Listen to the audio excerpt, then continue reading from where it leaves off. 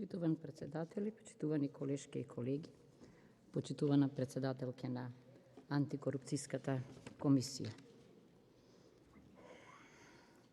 Од каде почнам по онаа долга дискусија на комисијата? Веројатно, секое лекување, а ова е план за лекување, започнува со диагноза и јас мојата дискусија ќе ја фокусирам на детектирање на високоризичниот амбиент како плодна почва за корупција и криминал. Со право рековте, веројатно нема денеска повитален и пожилав феномен, ама тој фантастично вие во долината на волците, на што наликува држава во моментов, и за мене антикорупцијска и вие треба да имаат улога на она што Джек Лондон го опиша во Белиот волк, еден фантастичен роман. Значи, вие би требало да бидете неочекуваниот волк во тажната приказна. Точно е дека постапката е инклузивна, партиципативна, речиси нема сектор што не бил вклучен во изработката на оваа стратегија, се разбира и на акцијскиот план. Секоја стратегија тргнува од визијата и да бидам искрена, јас мислам дека визијата е скандинавска, која ја читам овде, оти вие велите дека стратегијата е заснована врз визија за општество, засновано врз етички вредности, интегритет, почитување на човековите слободи и права. Тоа, на некој кој се бави со политички науки и право, малку му звучи илузионистички, бидејќи амбиентот во кој што живееме е, веќе реков, вистинска долина на волците, драма, и оваа стратегија на пати звучи како, ако може да кажам, поезија среде трагедија. Реков ќе се усредседам на ризичните состојби. Еве, стратегијата почнува со цели, меѓутоа, оваа година целите се целосно нереализирани, а зошто е важно да ги потенцирам? Затоа што 2021 година не е година на роса, туку е година на слана која што буквално ги поплави правото, правдата, владењето на правото, човековите слободи и права. Е мојата диагноза. Прво, значи целите велите да се зголеми политичката одговорност. Илузија. Совесно управување во политизираниот и партизиран јавен сектор, кој многу пати делува како продолжена рака на политиката. Се повикувате на зајакнување на интегритетот и отчетноста во јавниот сектор. Ги нема. Не сум видела оставки. Еднаш овде реков дека во некоја земја некој по харикири би посегнал, мислам на Јапонија. Не се реализираат надлежностите, ниту законските, ниту транспарентно, ниту етички, а камоли да зборуваме за она на што повикувате ефективно и економично управување. Вработувањето се одвива според партиски критериум, а не според стручност и компетентност, дури и на највисоките институции на универзитетите.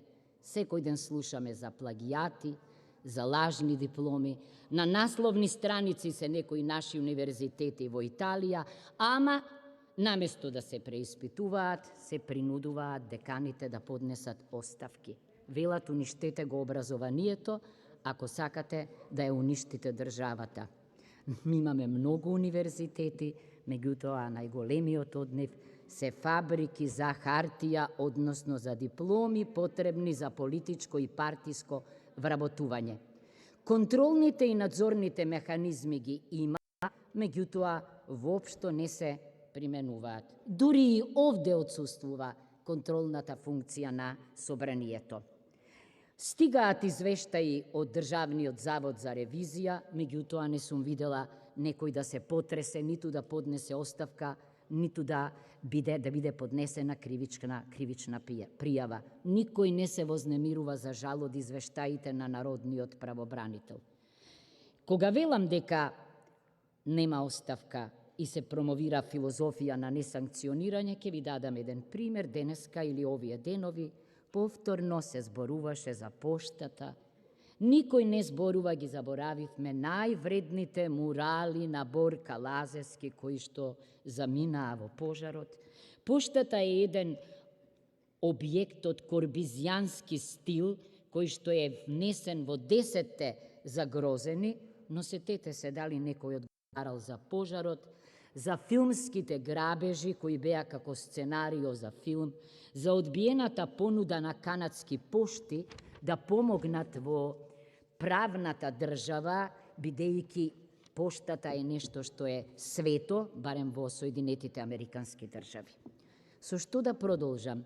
Ги посочувате економијата и бизнисот. Да, оние кои што се бават со политичка економија, гледаат дека државата стана на некаков начин конкуренција на нашата економија, фирма што одлично функционира. Имотот во државна собственост е незаштитен, што зборува за слаба држава.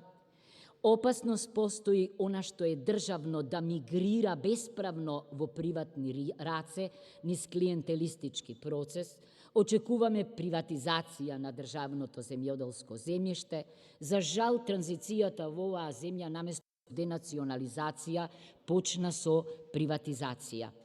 Што значи секоја приватизација, се вели во науката, е првобитна акумулација на капиталот е грабеж, и така преку ноќ една мала група на луѓе, која беше на менаџерски функции блиско и до политичките, станаа богати. Шокантно е да читаме дека во 2021 година немаме единствен регистар на јавни предпријатија. Ако на ова го додадеме партиското управување, тогаш се соочуваме со опасност од корупција и криминал, што нема да се санкционираат, туку ќе се наградуваат со нов директорски статус, бидејќи никако да собереме сила директорските и водечки места во јавните предпријатија да се регрутираат по пат на конкурс. Пропаднати јавни предпријатија, но збогатени директори и членови на управни одбори е насата реалност. Медиумите, да, далеку се од тоа да бидат кучиња што лаат, а камоли да касаат, освен можеби опозицијата, под силно партиско и олигархиско управување. Добро е што се залагате за забрана на владиното рекламирање, но кога ќе пуштите телевизор 24 часа, речиси на сите телевизии е премиерот, па премиерот и оние до него, што значи дека државата го окупирала медиумскиот простор. Би рекол еден чувен Лордан Зафрановиќ, окупација во 26 слики. Наместо јакнење на човечките и материјалните ресурси во надзорните тела, како антикорупцијска комисија, се шири балонот, како децата што велат, пред пукање, со замислени и измислени кобајаги експерти на советнички места. Замислете, заради нивниот интегритет не беа обзнанувани нивните имиња. Но и кога ги прочитавме во областа за која што пишува дека се експерти, никој нема да ги препознае. Значи, кога се објавуваат листи на експертски ангажмани во компаративното право, тогаш следи зашто биле точно ангажирани и зашто ја добиле сумата на средства, за кој проект, точно со наслови. Отворете на британската веб страница, ќе видите како оди тоа. И обвиненија нема. Судството, ние сами овде почнавме да му конкурираме на судството, решавајќи спорови. Тоа ми личи на јазовец пред суд, би рекол Коцич. Меѓутоа, мислам дека судството е се уште под силен притисок на самата екзекутива. Завршувам. Значи, стратегијата ми се чини многу солиден документ, стратегијата е сеопфатен документ, стратегијата се темели на споредбеното искуство, меѓутоа стратегијата ќе остане само визија доколку ние во дијагностицирањето посегнеме по нов чекор, а тоа е санкционирање. Благодариме. Горан Мисовски, реплика.